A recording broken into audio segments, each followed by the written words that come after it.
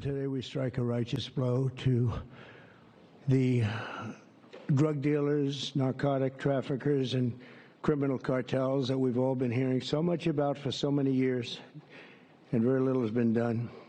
Fentanyl, one of the most dangerous drugs in the United States. It is cheap, synthetic, often deadly in amounts as small as a grain of sand. And now a new law is aiming to cut off supply at the source, targeting traffickers and the flood of fentanyl coming into communities. President Trump just signing the Halt Fentanyl Act this week, a bipartisan law that makes fentanyl a Schedule I drug permanently, with the harshest penalties under federal law. Last year alone, fentanyl claiming more than 74,000 lives, in many cases killing people who did not even know they were taking it, as it is often mixed into other drugs without warning. The new law gives law enforcement more power to go after not just traffickers, but the labs creating synthetic copycats designed to skirt existing regulations.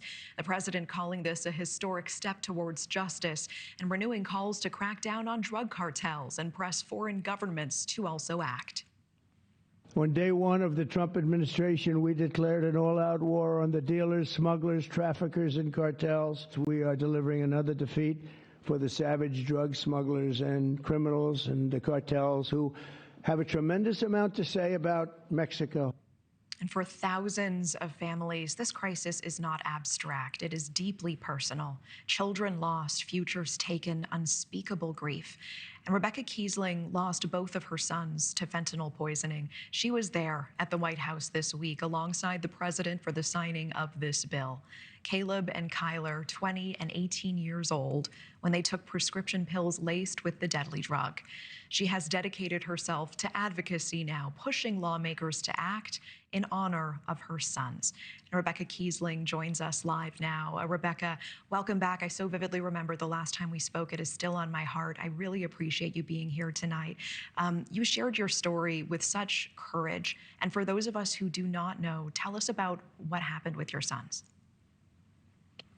Well, my sons thought they were celebrating Kyler's graduation, and the pills that they got were not laced. Like, just to be clear, because if something is laced, then it presumes that there's some of the real thing present. But there's 0 Percocet inside of the pills they got, none of the real substance. And, you know, it's a shame. Of course, I warn my children about experimenting with drugs, and in today's day and age, I knew that there's no margin to experiment. I didn't know about fentanyl. I didn't know what it was. I knew about the opioid crisis, but I thought that was for people who had prescription painkillers, and I knew that it could be destructive, but I had no knowledge of what fentanyl was back in 2020. So it's almost 5 years. Yeah, what do you want? Sorry to interrupt. What do you want lawmakers and other parents to, touching on what you were just talking about, to understand about how easy it is for a child to come into contact with fentanyl in this country and who this can impact? Yeah, if I knew then what I know now, there are so many things I would do differently parenting. They wouldn't have normal phones. You know, I know that there's like these phones available now where your kids can't get on the internet, and I would have been much more cautious about their access to the internet and to apps. It was through Snapchat that my sons ended up getting a hold of these deadly pills. I also want people to know that my son told me, in a candid moment, Caleb told me that his experimentation began, first of all, with vaping in middle school, and then marijuana. And I always told him that's a gateway drug. You can't be doing it. It's a gateway drug. And it you know, teaches them to lie, to steal, to hide it.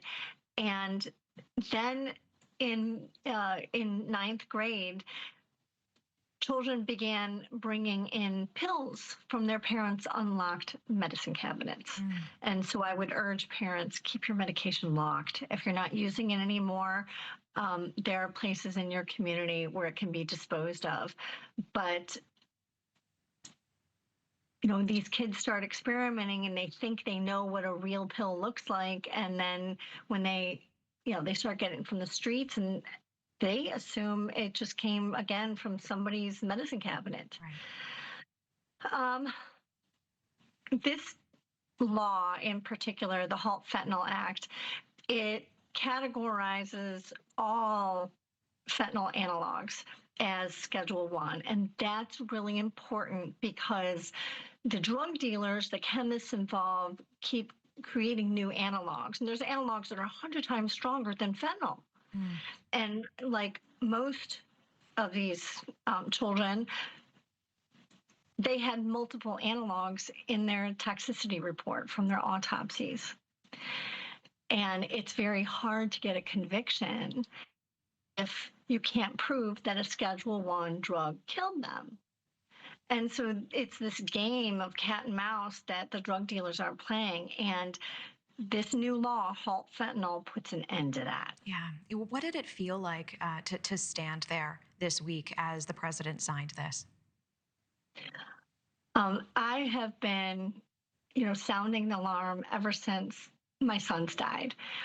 And I've been speaking in schools. I've been speaking at community events. I testified before Congress almost 2.5 years ago. And you may recall that it went viral, and Biden laughed. He laughed that my children had died during the last administration, and he refused to apologize to me. And so it was a very different experience to see a president who actually cares, who used the word war. And that's why I testified before Congress that I feel like my sons are casualties of a war that nobody wanted to acknowledge. I mean, you just look at the numbers of how many have been dying. It was 125,000 a year, more than the numbers who have died over the last several years, more than the last several wars put together. The Cold War is part of our history that is nothing in comparison. The Vietnam War, the numbers who died don't come close to how many have died each year from fentanyl. And it's this bizarre time in history where nothing was done. For years, nothing was done. And now Trump 2.0 has been attacking this issue big time. And I told President Trump that I feel that he is avenging my son's deaths. Wow. And it means everything to me. And he's saving lives. All right. Rebecca Kiessling, I really appreciate you coming back on tonight. And I'm so happy for this update for you. Thank you for the work that you continue to do. Okay, thank you so much. Thank you for watching. Subscribe below and download our NewsNation app right now on your phone, and you will get fact-based, unbiased news for all Americans.